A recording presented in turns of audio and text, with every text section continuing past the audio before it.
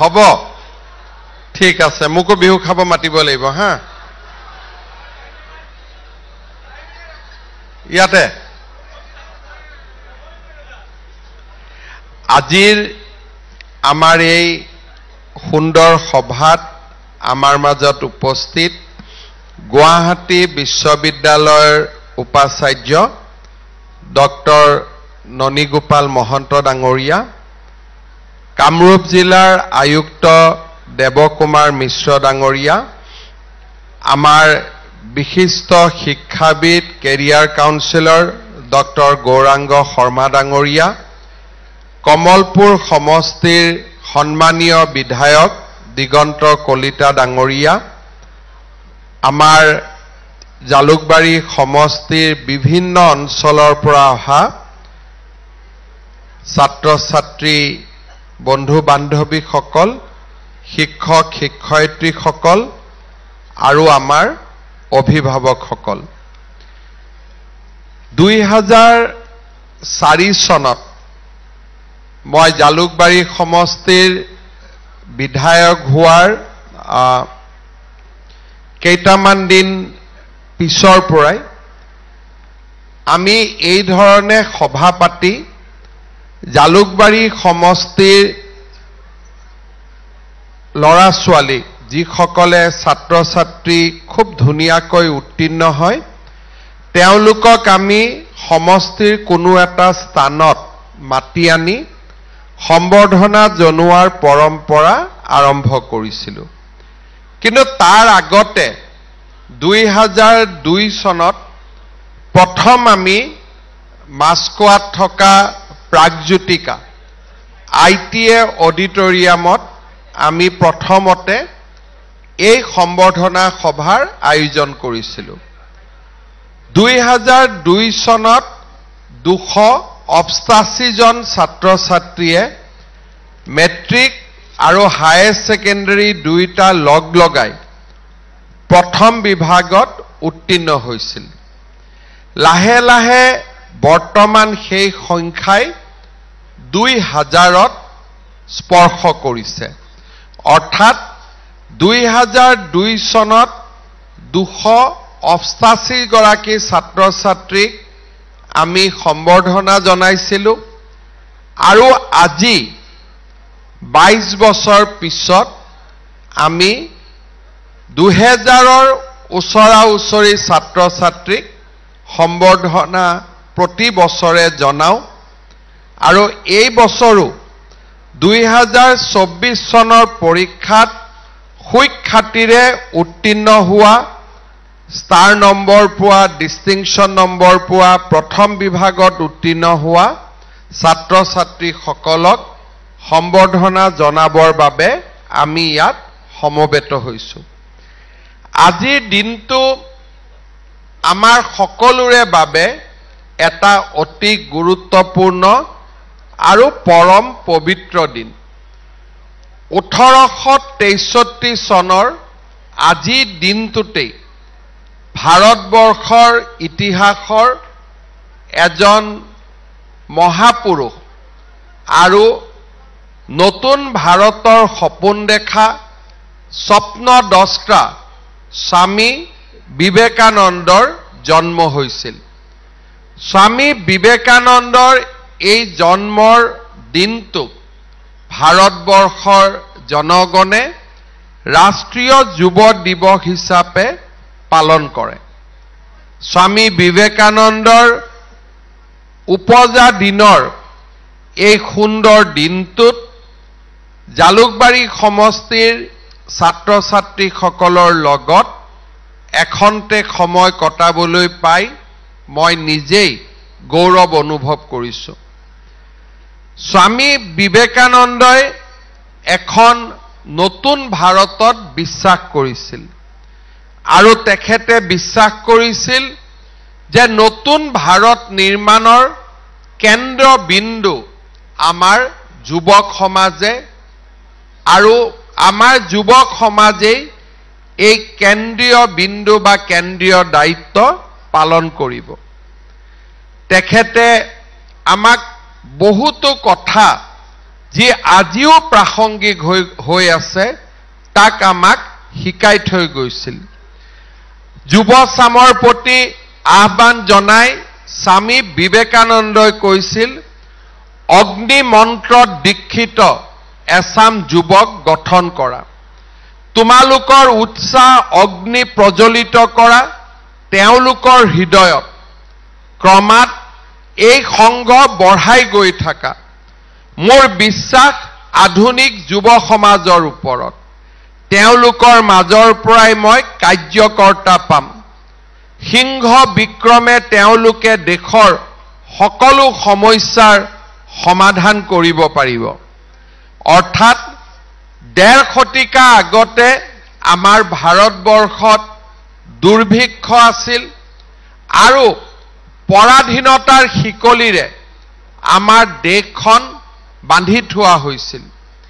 সেই সময়ত স্বামী বিবেকানন্দই কৈছিলে যে আমাৰ যুৱক সমাজে নিজৰ শৰীৰত লুকাই থকা উৎসাহ আৰু অগ্নি প্ৰজ্বলিত কৰিব আৰু দেশৰ সমস্যাসমূহ সমাধানৰ বাবে সিংহ বিক্ৰমেৰে সৈতে জপিয়াই পৰিব স্বামীজীয়ে ভাৰতৰ ভৱিষ্যত নামে এটা বক্তৃতামালাত তেখেতে কৈছিল অতীতৰ গৰ্ভতে ভৱিষ্যতৰ জন্ম হয়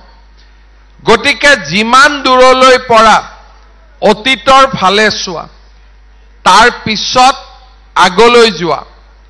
প্ৰাচীন কালত যিমান দূৰ উচ্চতালৈ দেশে গৌৰৱ শিখৰত আৰোহণ কৰিছিল তাতোকৈ উচ্চতাত দেশক উজ্জ্বলতৰ মহত্বৰ আৰু বেছি মহিমামণ্ডিত কৰাৰ চেষ্টা কৰা আমাৰ ভাৰতীয় সভ্যতা ৫,০০০ বছৰ পুৰণি সভ্যতা ভাৰতীয় সভ্যতাৰ লগত আমাৰ বিশ্বত আৰু কেইবাটাও সভ্যতা গঢ়ি উঠিছিল কিন্তু আন সভ্যতাসমূহ কালৰ ক্ৰমত লোপ পাইছিল ম্লান পাইছিল আৰু লাহে লাহে সেই সভ্যতাসমূহৰ বন্তি গছি নিৰ্বাপিত হৈছিল কিন্তু ভাৰতৰ সভ্যতা ৫,০০০ বছৰ পিছতো এক আধুনিক সভ্যতা সমকালীন সভ্যতা হৈ জীয়াই আছে কাৰণ আমাৰ ভাৰতীয় সভ্যতা জ্ঞান আৰু প্ৰজ্ঞাৰ ওপৰত আৰম্ভণি হৈছিল আৰু জ্ঞান আৰু প্ৰজ্ঞাৰ চৰ্চা আৰু সাধনাকে ভাৰতীয় সভ্যতাৰ কেন্দ্ৰীয় মন্ত্ৰ বুলি গণ্য কৰা হয় ঋষি মুনিসকলৰ দিনৰ পৰাই চৰ্চিত হোৱা জ্ঞান আৰু শিক্ষা আজিও আধুনিক বিজ্ঞানৰ দিনতো প্ৰাসংগিক হৈ আছে আৰু সেই জ্ঞান আৰু শিক্ষাই আজিও আধুনিক বিজ্ঞানীসকলক প্ৰেৰণা দিয়ে শূন্যৰ আৱিষ্কাৰ ভাৰতত হৈছিল আৰু শূন্যক বাদ দি আৰ্যভট্টৰ জ্ঞানক বাদ দি আজিও আধুনিক বিজ্ঞানৰ নিৰ্মাণ হ'ব নোৱাৰে যদি আমি সাহিত্য আৰু সংস্কৃতিলৈ চাব যাওঁ ৰামায়ণ আৰু মহাভাৰতক বাদ দি বিশ্বৰ সাহিত্য ইতিহাস আজিও সম্পূৰ্ণ নহয় আৰু আমি যদি বিজ্ঞান সাহিত্য গণিতৰ প্ৰাসংগিক জ্ঞানসমূহলৈকে যদি চাব যাওঁ তাৰ বহু জ্ঞানৰ অংকুৰণ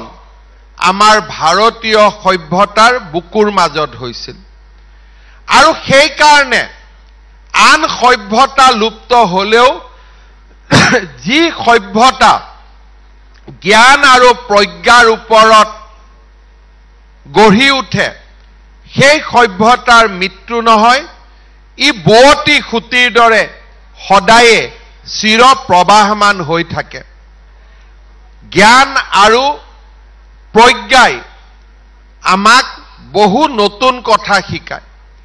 স্বামী বিবেকানন্দই কৈছিল ভাৰতৰ অতীত আছিল গৌৰৱামণ্ডিত ভাৰত বিশ্বগুৰুৰ আসনত অধিষ্ঠিত আছিল সমগ্ৰ বিশ্বকে ভাৰতবৰ্ষই জ্ঞান আৰু প্ৰজ্ঞাৰ পথ দেখুৱাইছিল বিবেকানন্দই বিশ্বাস কৰিছিল অতীত আমাৰ যিমান মহান আছিল আমাৰ যুৱ সমাজে অতীতৰ গহ্বৰলৈ গৈ সেই প্ৰেৰণাৰে আমি এখন নতুন ভৱিষ্যত আধুনিক ভাৰত নিৰ্মাণ কৰিব পাৰো যি ভাৰতে বিশ্বৰ সকলো সমস্যাৰ সমাধান কৰিব পাৰে আজি প্ৰধানমন্ত্ৰী নৰেন্দ্ৰ মোদী ডাঙৰীয়ায়ো 150 বছৰ পিছত যি নৰেন্দ্ৰ নাথে আমাক সপোন দেখুৱাই থৈ গৈছিল আজি আন এজন নৰেন্দ্ৰ মোদীয়ে এই সপোনবিলাক বাস্তৱত ৰূপায়িত কৰাৰ বাবে প্ৰচেষ্টা কৰিছে 2047 চনত এখন বিকশিত ভাৰতবৰ্ষ নিৰ্মাণৰ বাবে আমাক অমৃত পথলৈ আগুৱাই যোৱাৰ বাবে প্ৰধানমন্ত্ৰী ডাঙৰীয়াই প্ৰেৰণা যোগাইছে আমাৰ ছাত্ৰ ছাত্ৰীসকলৰ বাবে প্ৰতিটো দিনে নতুন নতুন সুবিধাৰ সৃষ্টি কৰিছে যাতে আমাৰ ছাত্ৰ ছাত্ৰীসকলে আকাশ চুব পাৰে সপোন সিদ্ধিত পৰিণত কৰিব পাৰে আৰু এখন নতুন ভাৰতৰ নিৰ্মাণ কৰিব পাৰে মোৰ মনত আছে আমাৰ ভাৰতবৰ্ষৰ লগতে যিটো সময়ত আমি কলেজ আৰু বিশ্ববিদ্যালয়ত পঢ়িছিলো সেই সময়ত কৰবাত যেন আমাৰ সপোন দেখাৰো অধিকাৰ নাছিল সমগ্ৰ ভাৰতবৰ্ষৰ কথা মই বাদ দিছো আমাৰ অসমত মাত্ৰ 3খন মেডিকেল কলেজ আছিল আমাৰ অসমত 2খন বিশ্ববিদ্যালয় আছিল আৰু আমাৰ অসমত এখন কৃষি বিশ্ববিদ্যালয় আছিল অসমত উদ্যোগ নাছিল অসমত আধুনিকতাৰ পৰা আমাৰ ৰাজ্যখন কৰবাত যেন বহু দূৰ পিছুৱাই আছিল এজন মানুহে যেতিয়া সপোন দেখে এই সপোনবিলাক কিমান সোনকালে সাধনা আৰু সিদ্ধিত পৰিণত হ'ব পাৰে আজি আমাৰ তাৰ চাৰিওফালে আমি তাক দৃষ্টি নিক্ষেপ কৰিলে দেখা পাওঁ যিখন অসমত 3খন মেডিকেল কলেজ আছিল সেইখন অসমত আজি 14খন মেডিকেল কলেজ নিৰ্মাণ হৈছে আৰু 13খন মেডিকেল কলেজৰ কাম পূৰ্ণ গতিত চলি আছে আৰু 3খন মেডিকেল কলেজৰ সপোন আৰম্ভ হৈছে অৰ্থাৎ 3ৰ পৰা 14 আৰু 14ৰ পৰাও আৰু আগলৈ মই যেতিয়া স্কুলত পঢ়িছিলো কলেজত পঢ়িছিলো পঞ্চম মান শ্ৰেণীৰ পৰা যি দিনাখন গুৱাহাটী বিশ্ববিদ্যালয়ৰ পৰা পোষ্ট গ্ৰেজুৱেট পাছ কৰিছিলো এই সমগ্ৰ সময়ছোৱাত আমি আমাৰ চাৰিওফালে নতুন একো দেখা নাছিলো আমি আমাৰ চাৰিওফালে এই 3খন মেডিকেল কলেজকে দেখিছিলো 2খন বিশ্ববিদ্যালয়কে দেখিছিলো চাওঁতে চাওঁতে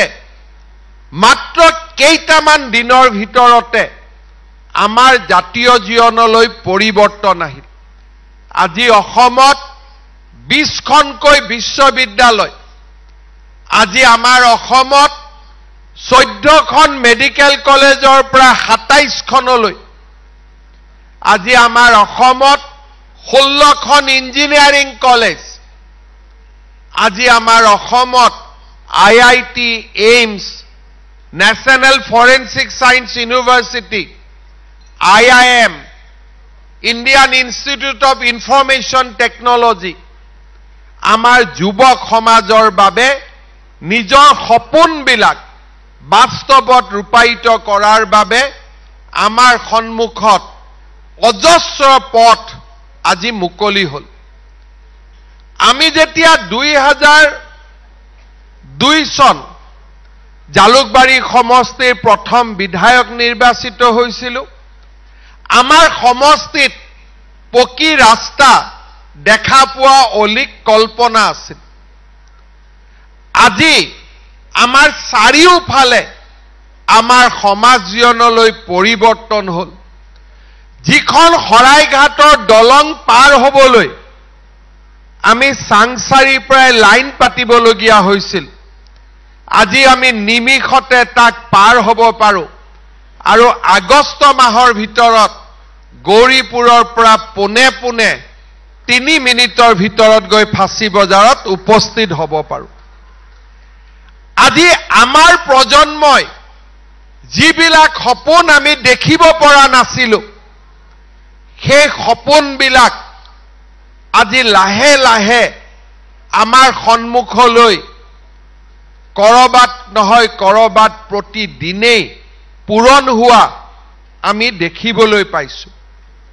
সম্ভাৱনাই আজি আমাক আমন্ত্ৰণ কৰে। নতুন নতুন শিক্ষা, নতুন নতুন সম্ভাৱনাই আজি যুৱক সমাজক প্ৰেৰণা দিয়ে। মই জালুকবাৰী সমষ্টিৰ যুৱ প্ৰজন্মক আহ্বান জনাম যে আমি এতিয়া নতুন দিনৰ যাত্ৰী। আমাৰ সন্মুখত থকা সমস্যা, আমাৰ সন্মুখত থকা নোপোৱাৰ বেদনা আজি লাহে লাহে অযুত সম্ভাৱনালৈ ৰূপান্তৰ হৈছে। আগতে যদি আমি হায়াৰ ছেকেণ্ডাৰী পাছ কৰি, ডিগ্ৰী পাছ কৰি ইয়াৰ পিছত কি বুলি প্ৰশ্ন কৰিছিলোঁ, আজি তাক আমি প্ৰশ্ন কৰিব নালাগে। পাইলটৰ পৰা জাহাজ চলাবৰ বাবে, এজন বিজ্ঞানীৰ পৰা প্ৰফেশ্যনেল খেলুৱৈ হ'বলৈ, এজন ডাক্তৰৰ পৰা প্ৰাকৃতিক চিকিৎসক হ'বলৈ, এজন বিজ্ঞানীৰ পৰা এজন সুন্দৰ প্ৰফেশ্যনেল আৰ্টিষ্ট হ'বলৈ আজি আমাৰ সন্মুখত সম্ভাৱনাৰ অযুত দুৱাৰ। আজি আমি যদি আমাৰ শৰীৰত সাহস আছে, কাম কৰাৰ বাবে শক্তি আছে, সেই সাহস আৰু শক্তিক আমি সপোনত পূৰণ কৰিবৰ বাবে উদ্যমিতাৰ পৰা আৰম্ভ কৰি বিত্তীয় সুবিধালৈ সকলো আজি আমি হাতৰ মুঠিত লাভ কৰিব পাৰোঁ। অভূতপূৰ্ব যোৱা 8 বছৰ 10 বছৰত ভাবিব নোৱাৰা পৰিৱৰ্তন হ'ল। এতিয়া হতাশাৰ স্থান নাই। হতাশাৰ স্থানবিলাক এতিয়া আশাই পূৰ্ণ কৰিছে।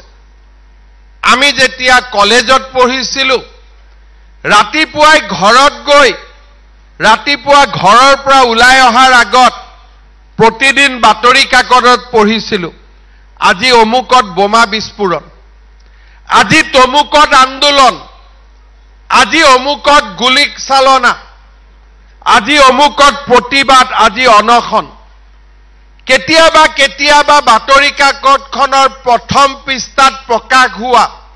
মানুহৰ মৃত শৰীৰ আৰু ঘৰখনৰ ই অমংগলৰ চিন হ'ব বুলি বাতৰি কাকতখন লুকাই থৈছিল। সমাজৰ সেয়া প্ৰতিফলন আছিল। 1979 চনৰ পৰা প্ৰায় 2005-06 চনলৈ অশান্তি, হত্যা আৰু হিংসাই আমাৰ সমাজখন পৰিচালনা কৰিছিল। গণেশগুৰিৰ ফ্লাইঅভাৰৰ তলত জিলা উপায়ুক্তৰ কাৰ্যালয়ত একোটা বোমা বিস্ফোৰণে 20-22 জন লোকক আমাৰ মাজৰ পৰা আঁতৰাই লৈ গৈছিল। আজি কোকৰাঝাৰত আন্দোলন, কালি ডিফুত আন্দোলন, অহাকালি উজনিৰ অইলৰ পাইপলাইনত বোমা বিস্ফোৰণ অহা পৰহি নামনি অসমত সাম্প্ৰদায়িক সংঘৰ্ষ আমাৰ জীৱনলৈ আশাৰ বন্তি গছি নুমাই আহিছিল আমি পাহৰি গৈছিলো আমি হতাশ হৈছিলো আমাৰ অসমখনে কেতিয়াবা বিকাশৰ পথত খোজ কাঢ়িব পাৰিব নে নোৱাৰিব কিন্তু আজি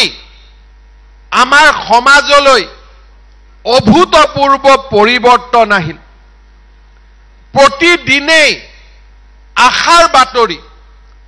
আজি যদি কোনোবাই কৈছে অমুকত ৰিং ৰোড হ'ব অহাকালি আন কোনোবাই কৈছে যে আমাৰ ব্ৰহ্মপুত্ৰত আমাৰ জিলাৰ ওপৰতে এখন নতুন দলং হ'ব আজি যদি কোনোবাই কৈছে যে শিক্ষকৰ নিযুক্তি হ'ব অহাকালি বাতৰি কাকতত ওলাইছে যে অহা পৰহি লোকসেৱা আয়োগৰ পৰীক্ষা হ'ব যি অসমত 1 কোটি টকালৈ চাকৰি হাতত লোৱাৰ বাবে মানুহে চেষ্টা কৰিছিল সেইখন অসমত আজি কলম আৰু কাগজ লৈ মানুহে আজি চৰকাৰী চাকৰি পোৱাৰ ফালে গতি কৰিছে যিখন অসমত হত্যা আৰু হিংসাৰ বাতৰিয়ে আমাৰ অসমখনক আগচি ধৰিছিল সেইখন অসমত আজি সেমি কণ্ডাক্টৰৰ দৰে আধুনিক উদ্যোগ হৈছে সেইখন অসমত আমি ডিফেন্স কৰিডৰৰ জৰিয়তে ডাঙৰ ডাঙৰ ট্যাঙ্ক বনোৱাৰ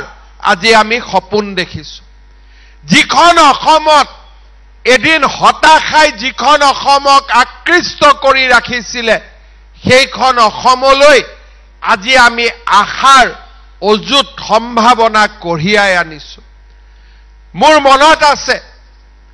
কলেজত পঢ়ি থকা সময়ত নিউয়ৰ্ক টাইমছত অসমৰ বাতৰি প্ৰকাশ হৈছিল নেলিৰ হত্যাকাণ্ড নিউয়ৰ্ক টাইমছত অসমৰ বাতৰি প্ৰকাশ হৈছিল কোকৰাঝাৰ গণেশগুৰিৰ সিৰিয়েল বম ব্লাষ্টৰ নিউয়ৰ্ক টাইমছত বাতৰি প্ৰকাশ হৈছিল ওদালগুৰি কোকৰাঝাৰৰ সাম্প্ৰদায়িক সংঘৰ্ষৰ আৰু এই বছৰৰ আৰম্ভণিত নিউয়ৰ্ক টাইমছত বাতৰি প্ৰকাশ হৈছে যে বিশ্বৰ চতুৰ্থ খন যদি কোনোবা পৰ্যটকে ফুৰিব যাব বিচাৰে চতুৰ্থখন অনুমোদিত ৰাজ্য হৈছে অসম কাৰণ এইখন অসমত কাজিৰঙা আছে কামাখ্যাৰ মন্দিৰ আছে চৰাইদেউ মৈদাম আছে জৈৱ বৈচিত্ৰ্য আছে একেখনে বাতৰি কাকত 10 বছৰ আগত যিখন বাতৰি কাকতে অসমত যাবৰ বাবে সুৰক্ষিত নহয় বুলি কৈছিলে সেইখন বাতৰি কাকতে আজি বিশ্বৰ আটাইতকৈ সুৰক্ষিত স্থান পৰ্যটকৰ বাবে বুলি অসমক ঘোষণা কৰিবলৈ বাধ্য হৈছে এয়া হৈছে আমাৰ সামূহিক সফলতা প্ৰতিদিনৰ যুগৰ পৰা আমি সেমি কণ্ডাক্টৰ যুগলৈ আজি গতি কৰিছো নিৰাশাৰ যুগৰ পৰা আমি আশাৰ যুগলৈ আজি আমি গতি কৰিছো এতিয়া অসমৰ যুৱক যুৱতীয়ে অলেখ সপোন দেখিব পাৰে 4-5টা বছৰৰ ভিতৰত আন্দোলন বিবৰ্জিত আমি এখন অসম পালো হত্যা হিংসাৰ পৰিৱৰ্তে বিহুৰ আনন্দ আমি দেখা পালো দুৰ্গা পূজাৰ আনন্দ দেখা পালো নখোৱাৰ আনন্দ উৎসাহ আমি উভতাই পালো বিহুৰ বজাৰ মোৰ ছাত্ৰ জীৱনত মই দেখা পোৱা নাছিলো বিহুৰ দিনাখনো আমি চিন্তা কৰিছিলো বিহুত যাম ঘূৰি আহোতে কৰবাত বম ফুটিব নেকি এইখন অসমত কেতিয়াবা উৰে ৰাতি সাংস্কৃতিক উৎসৱ হ'ব পাৰে আমি কল্পনা কৰা নাছিলো এইখন অসমত 12,000 যুৱক যুৱতীয়ে একেলগে বিহু গান গাই ইয়াক গ্ৰিনিজ ৱৰ্ল্ড ৰেকৰ্ডলৈকে লৈ যাব পাৰে তাক আমাৰ জীৱন আৰু যৌৱন কালত আমি কল্পনাও কৰা নাছিলো আজি এইখন অসম আজি আমি এখন নতুন অসম, যিখন অসম আমাৰ ছাত্ৰ জীৱনত আমি দেখা পোৱা নাছিলো, আমাৰ ল'ৰা ছোৱালী, আমাৰ ভাই ভণ্টিৰ কাৰণে আমি সকলোৱে মিলি আজি নিৰ্মাণ কৰিছো। মই আহ্বান জনাম যে এতিয়া সময় হৈছে আমি নতুন দিগন্তলৈ গতি কৰা। মই আমাৰ ছাত্ৰসকলক আহ্বান জনাম,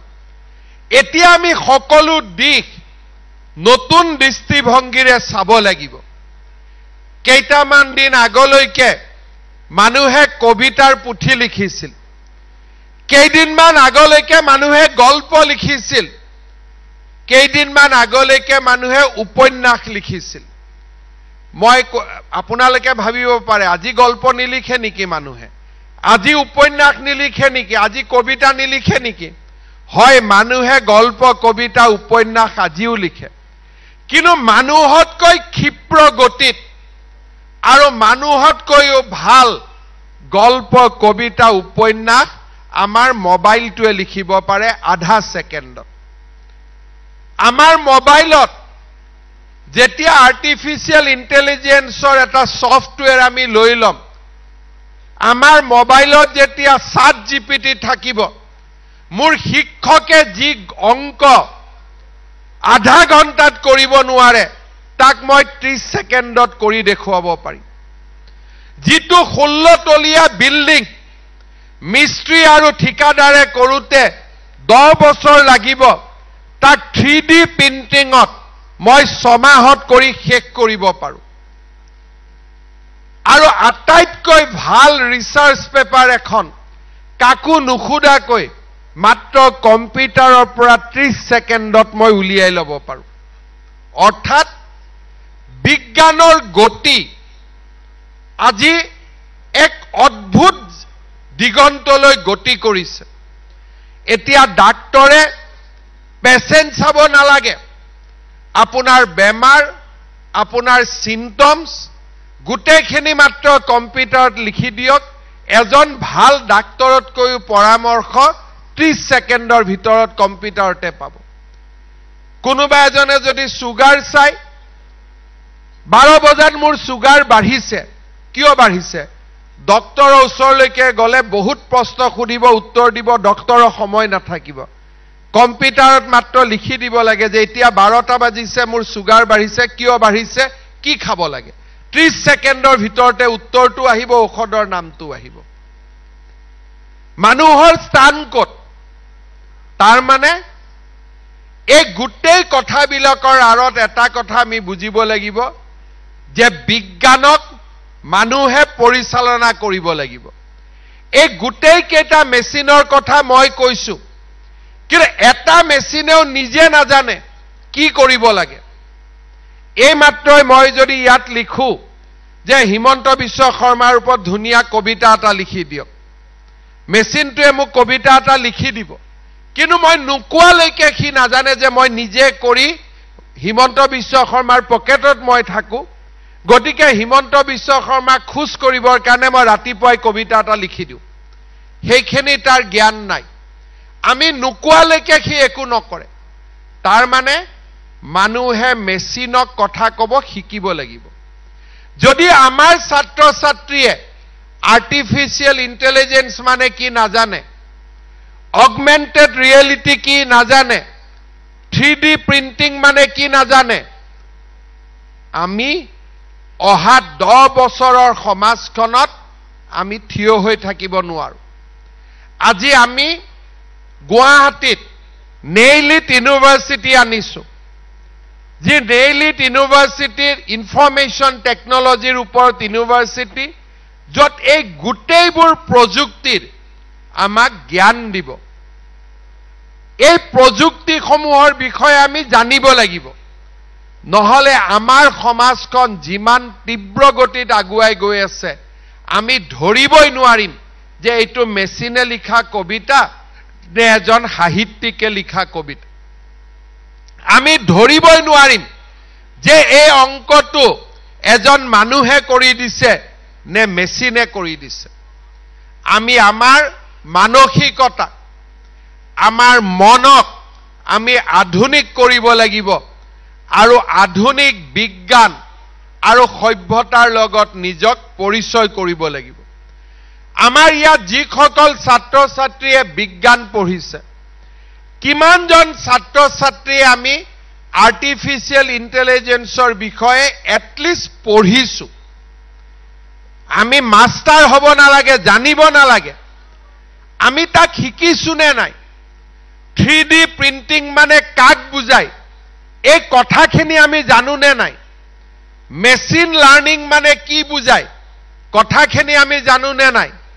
কোৱান্টাম ফিজিক্স মানে কাক বুজায় তাক আমি জানো নে নাই? 20 বছৰ আগৰ জালুকবাৰীৰ কাৰণে ই প্ৰাসংগিক নাছিল। তেতিয়া আমাৰ বিধায়কজন কোন, মন্ত্ৰীজনৰ নাম শিকিলে গোটেইখিনি হৈছিল। 20 বছৰ পিছৰ এইখন জালুকবাৰীৰ বাবে আধুনিক জ্ঞান আৰু বিজ্ঞানৰ নৱজাগৰণ আমাৰ বাবে আটাইতকৈ প্ৰয়োজনীয়। মই নিবিচাৰো যে আমাৰ সমষ্টিতে এইমছ থাকিব, জালুকবাৰী সমষ্টিৰ এজন ছাত্ৰ ছাত্ৰীও এইমছত নপঢ়িব। আমাৰ সমষ্টিতে IIT থাকিব, জালুকবাৰী সমষ্টিৰ এজন ছাত্ৰ ছাত্ৰীও IITত নপঢ়িব। আমাৰ সমষ্টিতে নেশ্যনেল ফৰেনচিক সায়েন্স ইউনিভাৰ্চিটি আহিব, এজনো ছাত্ৰ ছাত্ৰী নপঢ়িব। আমাৰ সমষ্টিৰ কাষৰ পলাশবাৰীত ইণ্ডিয়ান ইনষ্টিটিউট অফ মেনেজমেণ্ট আহিব, গুৱাহাটী বিশ্ববিদ্যালয় থাকিব, Indian institute of information technology Azara মিৰ্জাত থাকিব, আৰু জালুকবাৰী সমষ্টিৰ এজন ছাত্ৰ ছাত্ৰীও তাত নপঢ়িব। মই জালুকবাৰী সমষ্টিৰ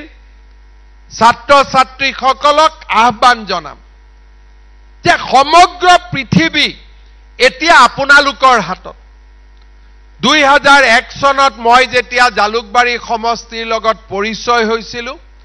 মই কেতিয়াও কল্পনা কৰা নাছিলোঁ যে গৌৰীপুৰৰ পৰা ফাঁচী বজাৰলৈ যাবৰ বাবে এখন দলং থাকিব।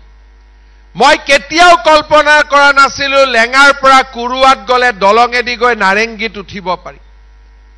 মই কেতিয়াও কল্পনা কৰা নাছিলোঁ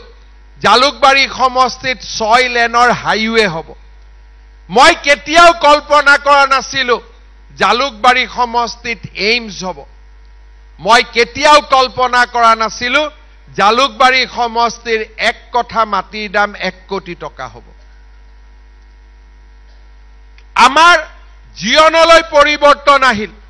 মই কেতিয়াও কল্পনা কৰা নাছিলোঁ আমাৰ পিছফালে থকা চাংচাৰী স্কুলৰ এই পৰিৱেশ পাব। আমাৰ পৰিৱৰ্তন হৈছে। এই পৰিৱৰ্তন কাৰ কাৰণে? এই পৰিৱৰ্তন আমাৰ যুৱ প্ৰজন্মৰ বাবে, উঠি অহা প্ৰজন্মৰ বাবে। এই কামবিলাকে তেতিয়া কৰবাত নহয় কৰবাত আমাক সন্তুষ্ট কৰিব। এইমছত 4th গ্ৰেড আৰু 3rd গ্ৰেড চাকৰি বিচাৰি নহয়, এইমছত যেতিয়া মই যাম 10 জন জালুকবাৰী লৰাই ক'ব, দাদা মই বাইহাটা চাৰিলি, দাদা মই চাংচাৰীৰ, মামা মই শুৱালকুছিৰ, মামা মই বেজেৰাৰ। এতিয়া মই এইমছত গ'লে আউটসোৰ্সিঙত কোন কোন সোমাব তাৰ হিচাপটোৱে মই ল'ব লাগে। এই জীৱনৰ আমি পৰিৱৰ্তন কৰিব লাগিব। জালুকবাৰী সমষ্টিৰ ভাগ্য এতিয়া 3য় আৰু 4ৰ্থ শ্ৰেণীৰ চাকৰি নহয়, জালুকবাৰী সমষ্টিৰ ভাগ্য আধুনিক অসমৰ নিৰ্মাণ কৰা, আৰু সেই দিশত আমি আগুৱাব পাৰিম। আমি মানসিকতাৰ আমাৰ প্ৰজন্ম যোনে মোৰ লগত একেলগে কাম কৰিছে তেওঁলোকৰ বাবে নহয়, আমাৰ সন্তানসকলৰ বাবে এখন আমি নতুন জালুকবাৰী বিচাৰো। আমি এখন নতুন অসম বিচাৰো, যি অসমত জালুকবাৰী সমষ্টিৰ ল'ৰা ছোৱালীয়ে কোনো মন্ত্ৰী বিধায়কক এইমছত ক্লিনাৰৰ বাবে, হোমগাৰ্ডৰ বাবে চাকৰি নিবিচাৰিব। এইমছত আমাৰ ল'ৰা ছোৱালীয়ে ডক্টৰ পঢ়িব, আৰু এইখন জালুকবাৰীৰ পৰাই আধুনিক অসমৰ নিৰ্মাণ হ'ব। আৰু আমি কৰিব পাৰো এটা ভাল পৰিৱেশ, এটা ভাল বৌদ্ধিক পৰিৱেশ, সংকল্প সাধনাই আমি আমাৰ জীৱনলৈ পৰিৱৰ্তন আনিব পাৰো। মাত্ৰ 3 বছৰৰ ভিতৰত অসমত যদি বম ব্লাষ্ট বন্ধ হ'ব পাৰে মাত্ৰ 3 বছৰৰ ভিতৰত এইখন অসমত যদি আন্দোলন বিবৰ্জিত পৰিৱেশ হ'ব পাৰে 3 বছৰৰ ভিতৰত চৰাইদেউ মৈদাম যদি বিশ্ব ঐতিহ্য হ'ব পাৰে 3 বছৰত যদি লাচিতৰ সুউচ্চ প্ৰতিমা হ'ব পাৰে 3 বছৰত যদি এইমছৰ শুভ উদ্বোধন হ'ব পাৰে 3 বছৰত যদি IIMৰ দৰে ইনষ্টিটিউট আহিব পাৰে তেতিয়ালে এইখন অসমে এটা নহয় এটা দিনত আকাশ চুবও পাৰিব তাক মই বিশ্বাস কৰোঁ আৰু সেই বিশ্বাস লৈ আমি আমাৰ নৱ প্ৰজন্মৰ মাজত জ্ঞান আৰু অনুসন্ধিৎসাৰ এক নতুন বন্তি জগাব লাগিব ব্যস্ততাৰ মাজতো প্ৰতি বছৰে অভূতপূৰ্ব কাম সমস্যাৰ মাজতো মই এটা দিন হলেও বিচাৰি লওঁ যিটো দিনত জালুকবাৰী সমষ্টিৰ সুখ্যাতিৰে উত্তীৰ্ণ হোৱা ছাত্ৰ ছাত্ৰীসকলক এদিনৰ বাবে হলেও যাতে লব পাৰো লগ পাব পাৰো কিবা এটা হাতত তুলি দিয়া উদ্দেশ্য নহয় প্ৰতিজন ছাত্ৰ ছাত্ৰীৰ চকুত মই সেই দীপ্ত সূৰ্য চাব বিচাৰো সেই দীপ্ত সূৰ্য মই দেখা পাব বিচাৰো যিয়ে সমগ্ৰ সমাজখনক জ্ঞানৰ আলোকৰে আলোকিত কৰিব পাৰিব মই সকলোকে আহ্বান জনাম স্থিতপ্ৰজ্ঞ সংকল্প সাধনা এই ৰাস্তাত যোন ব্ৰতী হৈ থাকে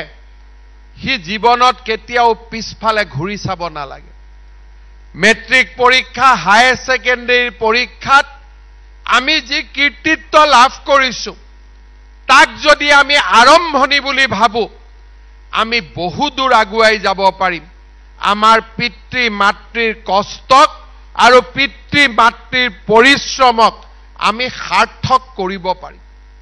মই অলপ আগতে বংশৰত আছিলো এটা উদাহৰণ দিছিলো ইয়াতো মই দিব খুজো যেতিয়া গছ এডাল ডাঙৰ হয় তাত অমিতা থাকে কল থাকে মধুৰিআম থাকে চিঙি লৈ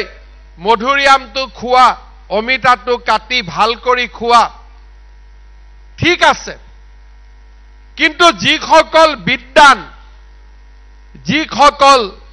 গুণী জ্ঞানী মধুৰিআমটো গছৰ পৰা চিঙি লোৱাৰ আগতে চিন্তা কৰে যে এই গছডালটো কোনোবাই ৰুইছিলে এই গছডালটো কোনোবাইটো পানী দিছিলে এই গছডালটো কোনোবাই যত্ন লৈছিলে আৰু তাৰ কাৰণে আজি এই গছডালত মিঠা মধুৰিআম কেইটা আমি খাব পাৰিছো আৰু মধুৰিআমটো খোৱাৰ আগতে আমি কৃতজ্ঞতা জনাও মনৰ মাজত সেইজনলৈ যিজনে এই গছডাল ৰুইছিলে আমাৰ জীৱনত আজি আমি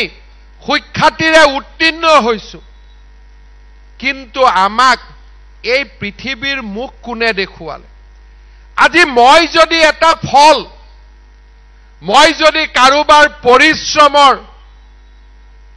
এক সফলতা এই পৰিশ্ৰমৰ আঁৰত কোন ব্যক্তি লুকাই আছে মোৰ পিতৃ আৰু মাতৃয়ে মই নামৰ গছ পুলিডাল যদি ৰোপণ নকৰিলেহেঁতেন মই কেতিয়াও বটবৃক্ষত পৰিণত হ'ব নোৱাৰিলোহেঁতেন আৰু সেইবাবে মোৰ কৃতজ্ঞতা থাকিব মোৰ পিতৃ আৰু মাতৃৰ ওচৰত আজিৰ ইয়াত গোট খোৱা প্ৰায়বোৰ ছাত্ৰ ছাত্ৰীৰ পিতৃ মাতৃৰ জীৱন সংগ্ৰাম মই নিজ চকুৰে দেখিছো কাৰোবাক সুধিলে মোক ক'ব মই অমুকৰ ল'ৰা মই অমুকৰ ছোৱালী মই অমুকৰ ভতিজাক 1992 চনৰ পৰা প্ৰত্যেকজন ল'ৰা ছোৱালীৰ দেউতাক মাকৰ জীৱন সংগ্ৰাম মই নিজ চকুৰে দেখিছো আৰু সেই কাৰণে মই সাহসেৰে মই ক'ব পাৰো যে আমাৰ সৃষ্টিত মোৰ পিতৃ মাতৃৰ অগাধ তপস্যা আছে পিতৃ মাতৃৰ অজস্ৰ তেওঁলোকৰ প্ৰেৰণা আছে বেলেগৰ কথা মই নজনাকৈ কম কিন্তু তোমালোকৰ দেউতা মাৰ কথা মই জানি কম কাৰণ প্ৰত্যেকজনৰে জীৱন সংগ্ৰাম মই ওচৰৰ পৰা দেখিছো আৰু সেই কাৰণে মই আহ্বান জনাম যে মোৰ পিতৃ মাতৃয়ে কৰা জীৱন সংগ্ৰামক এক নিৰ্দিষ্ট গতি দিয়া, এই জীৱন সংগ্ৰামক এক সফলতাৰ মুহূৰ্তলৈ ৰূপান্তৰ কৰা আমাৰ দায়িত্ব। লক্ষ্যচ্যুত হ'ব নালাগে। কোনো ল'ৰা ছোৱালীয়ে মেট্ৰিক হায়াৰ ছেকেণ্ডাৰীত ভাল ৰিজাল্ট কৰাৰ পিছত নিজৰ গাড়ীখন ৰাস্তাৰ পৰা নমাই আনি এক্সিডেণ্ট কৰিব নালাগে।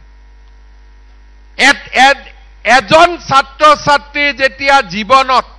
কক্ষচ্যুত হয়, লক্ষ্যচ্যুত হয়, দুগৰাকী পিতৃ মাতৃৰ সাধনা তাতেই নিৰ্বাপিত হৈ যায়। এটা মানৱ সম্পদৰ নষ্ট হোৱাৰ লগে লগে কোনোবা ব্যক্তিৰ জীৱনজোৰা সাধনা তাতেই নোহোৱা হৈ যায়। আৰু তাৰ দুখ কষ্ট আমি অনুভৱ কৰিব নোৱাৰো, কাৰণ সেই সংগ্ৰামখন আমি কৰা নাছিলো। সেই সংগ্ৰামখন মোৰ পিতৃ মাতৃয়ে কৰিছিল আৰু সেই সংগ্ৰামখন মই নিজে দেখিছো। আৰু সেই কাৰণে মই আজি ইয়াত সমবেত হোৱা প্ৰত্যেকজন ছাত্ৰ ছাত্ৰীকে কম যে আমি লক্ষ্যচ্যুত নহওঁ, আমি কক্ষচ্যুত নহওঁ। পিতৃ মাতৃৰ সপোন আমি বাস্তৱত ৰূপায়িত কৰিম। সপোন সৰু হওক, সপোন ডাঙৰ হওক, সপোনৰ পম খেদি সেই সপোনক আমি সিদ্ধি আৰু সংকল্পলৈ ৰূপান্তৰ কৰিম। জালুকবাৰী সমষ্টিৰ বিধায়ক হোৱাৰ বাবে মই জালুকবাৰী সমষ্টিৰ ৰাইজৰ ওচৰ চাপিছিলো। মই কল্পনাও কৰা নাছিলো এই ৰাস্তাৰে গৈ এদিন অসমৰ মুখ্যমন্ত্ৰী হ'ব পাৰিম। কাৰণ সেই দিনটোত সেই সপোন আমি দেখা নাছিলো, সাহসো নাছিল সেই সপোন দেখাৰ। কিন্তু আজি আমি সকলোৱে সেই সপোন দেখিব পাৰো। আজি আমাৰ পিতৃ মাতৃয়ে সপোন দেখিছিল তৃতীয় আৰু চতুৰ্থ শ্ৰেণীৰ কৰবাত চাকৰি এটা লোৱাৰ। কিন্তু আজি আমি সেই সপোনক আৰু আগুৱাই লৈ গৈ আমি doctor, engineer, professor, teacher, artist, singer, আমি যি পথতে নাযাওঁ কিয়, ভাল নাৰ্ছ, ভাল লেবৰেটৰী টেকনিচিয়ান, ভাল বিজ্ঞানী, ভাল আয়ুৰ্বেদিক ডক্টৰ, ৰাস্তাৰ কোনো অভাৱ নাই, ৰাস্তাৰ কোনো কতো জ্যোতি নাই। আমি সকলোৱে মিলি একেলগে আমাৰ পিতৃ মাতৃৰ সপোনবিলাক পূৰ্ণ কৰিব লাগিব। আমাৰ সন্মুখত থকা ল'ৰা ছোৱালীখিনি আৰু মোৰ নিজৰ ল'ৰা ছোৱালীৰ মাজত কোনো পাৰ্থক্য নাই। মোৰ ল'ৰাও এনেকে জালুকবাৰী সমষ্টিৰ মাজতেই ডাঙৰ হৈছিল, ছোৱালীও ইয়াৰ মাজতেই ডাঙৰ হৈছিল, আৰু আমিও তেনেকে ডাঙৰ হৈছো। আজি মই সম্বোধন কৰা প্ৰতিজন ইয়াত উপস্থিত থকা ছাত্ৰ ছাত্ৰী মোৰ নিজৰে ল'ৰা ছোৱালী, কোনো বেলেগৰ ল'ৰা ছোৱালী নহয়।